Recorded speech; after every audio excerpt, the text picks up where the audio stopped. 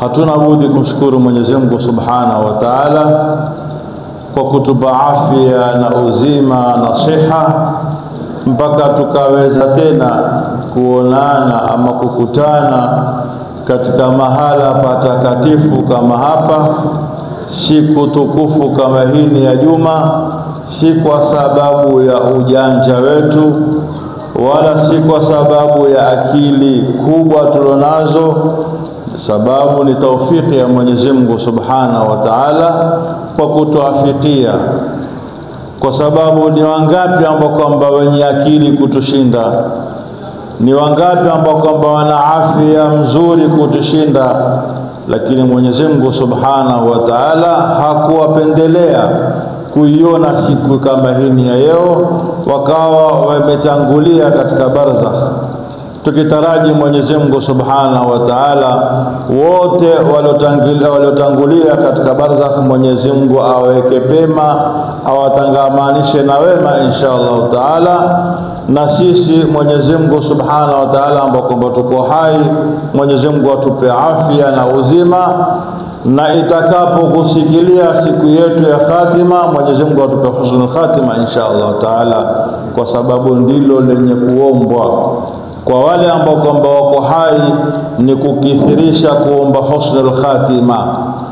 Wale ambao kwamba wametangulia tumewayua, wengine wamekufa vitandani, wamekufa ni wako hospitali, wamekufa kwa ajali kadhaa, lakini yote haya tuambiwa mauti ni mamoya, lakini asbabu za tofautiana. Ule amekufa kitandani, ule amekufa baharini, ule amekufa kwa mazazi, lakini sisi tulioko hai ni kumwomba Mwenyezi Mungu atupe husnul khatima inshallah Ta'ala, atukhitimishe kwa wema.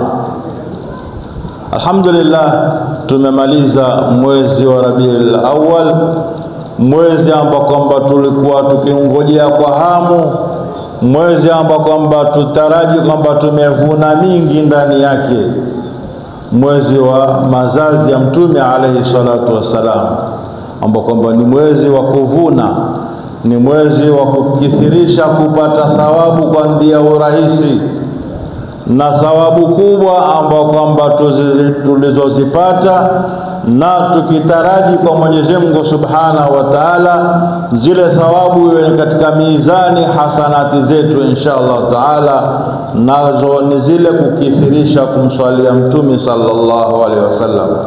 Majalisi tulohudhuria, zikao zema ambao kwamba tumehudhuria, kule kukithirisha kumswalia Mtume sallallahu alaihi wasallam, tukitaraji na Mwenyezi Mtume alayhi salatu wasallam atatushufaia siku ambao kwamba hakuna shafaa isipokuwa ni shafaa yake inshallah Ta'ala.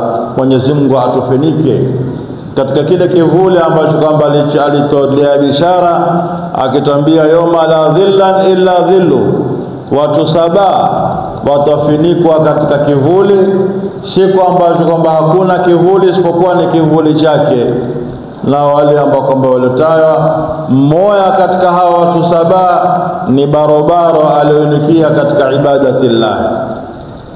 Na ibadatillah ni zipi? Ni kukithirisha, ni pale ambapo kwamba Mwenyezi Mungu apenda akuone.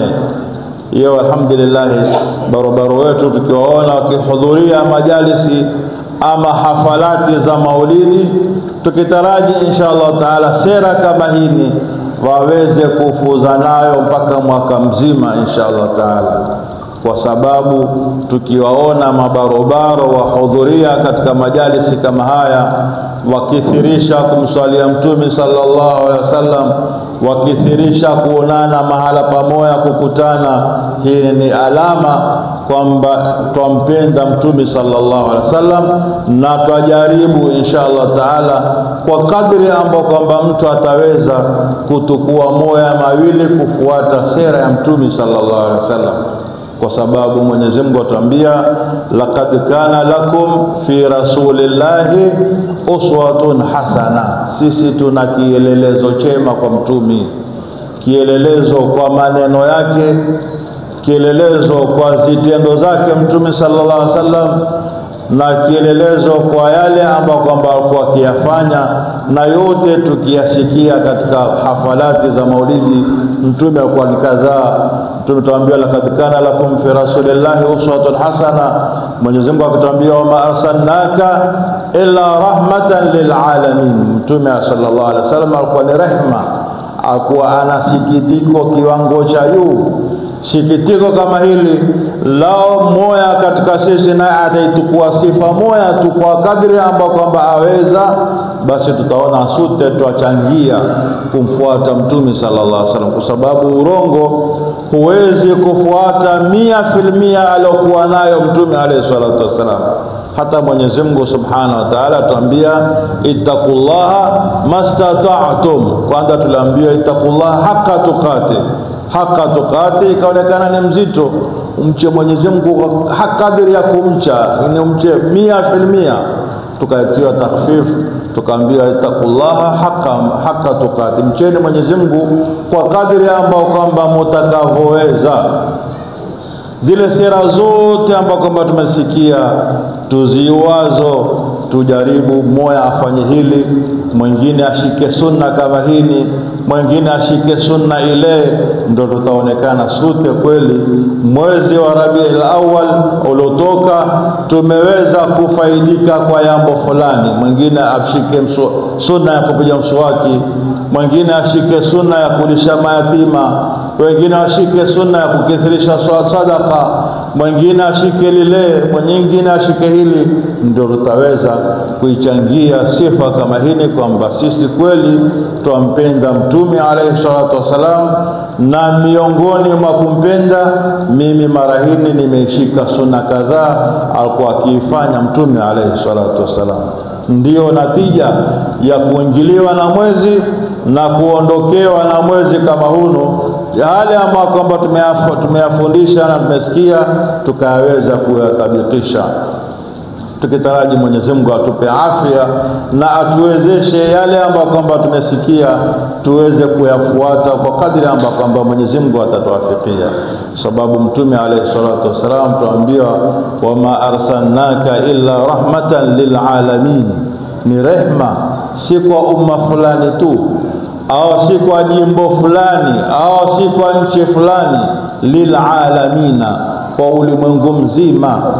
Mtume alayhi salatu wasalam ndio afae kutabwa kwa mambo ambayo kwamba tuweza kutaba na sisi tukawa nayo. Tuangalie Mtume alayhi salatu wasalam katika sera ambazo kwamba tumesikia na kukumbushana, alikuwa akisaidia kazi za nyumbani kwake. Yule kwamba yeye ni Mtume alayhi salatu wasalam, ana cheo, aheshimiwa, atukuzwa na masahaba, lakini pindi awapo nyumbani afanya khidma kama mtu mwingine wa kawaida, mpaka baadhi ya masahaba ridwanullahi alaihim kutaka kuwa na pupa kumfuata Mtume guu kwa guu ama mwendo kwa mwendo, wakawa wamekwenda kwa wake zake Mtume alayhi salatu wasalam, akamwambia na Aisha tumuyua ama tumuona Mtume sallallahu alaihi wasallam akiwa nde akhlaqi zake, tawadhu zake, muamala na wengine, hala tuambie huku nyumbani afanya jambo gani na sisi tulifanye?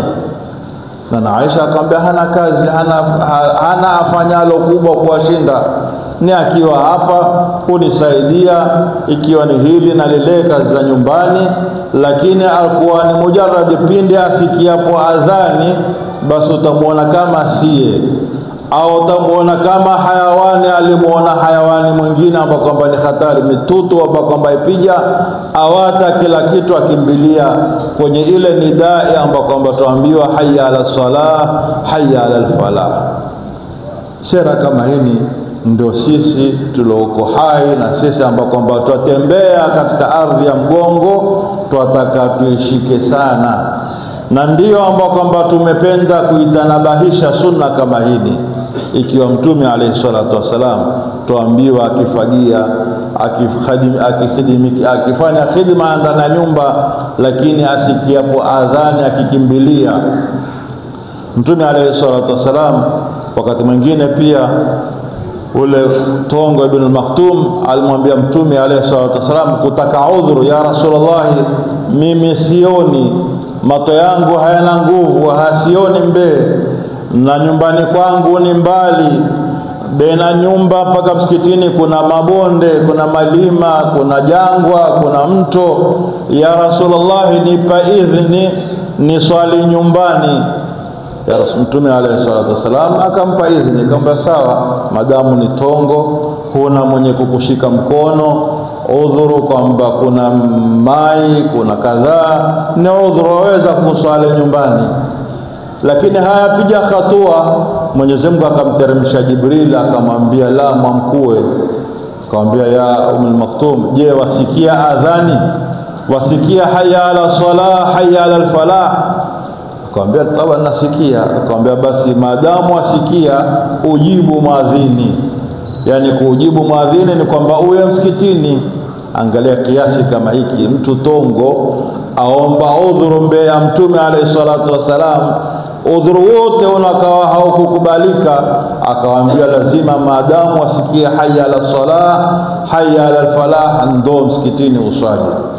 Kipimo kama hiki tuulizeni sisi ambao kwamba tuko hai, tuulizeni sisi ambao kwamba tuko hapa majirani, twasikia hayya ala salah, pengine kwa siku hizi za zipaza sauti mpaka twaziba masikio tusisikie adhani. Je, twaswali katika misikiti? Twahudhuria, twatekeleza hayya ala salah na hayya ala falah? Malasaf, adhani yaadhiniwa, hakuna mtu ambao kwamba atataharak aone kwamba jamaa huyu twamkua hayya ala salah, hayya ala falah. Mbali ya hapo mpaka tutasikia na iqama, kad qamatis salatu, kad qamatis salah, mtuko pale mpaka isikilie takbiratul ihram, imamu amalize raka ya kwanza, ndio utamuona mtu huyo ya msikitini na hana udhuru wa kukubalika wa kisheria mbele ya Mwenyezi Mungu Subhanahu wa Ta'ala. Mambo kama haya pindi tuyashikapo, tutiazma kwamba inshallah Ta'ala mimi kuanzia leo nitafuata sunna hii aliyokuwa nayo Mtume alayhi salatu wasalam. Ima ni sunna aliyofanya yeye mwenyewe au ni sunna aliyomwamrisha sahaba lazima usali msikitini kwa sababu ya udhuru kama huo. Kwa sababu ile nidaya tuambiwa hayya ala salah, ndoni musali, kimbiliani munali saada. Ikiwa saada kama hini twaitukulia ni tahauni, ni jambo chache, basi hatuishi tutalikimbilia jambo gani katika jambo la kidini? Tumesoma maulidi, tumesikia sifa mzuri, tumeshangilia, lakini na sisi tuipambeni na sifa moja, mbili, tatu katika sifa ambazo kwamba twaweza na sisi tukaipamba nazo, kwa sababu Mtume sallallahu alaihi wasallam tuambiwa ni mtume, ni maasum. Kuna mambo mengine amepoa yeye tu, sisi binadamu hatuwezi, hata tukataka kumfuata tumeambiwa tusifanye. Ala hasabil mithal, Mtume alayhi salatu wasalam ameruhusika kuwa wanawake mpaka 11 ama mpaka 9, lakini sisi ummati Muhammad tuambiwa mwisho wetu ni wanawake 4. Hatuwezi, hata ukawa na nguvu, ukawa na mali, ukawa na kadhaa, lakini waambiwa kipimo ni wanawake 4.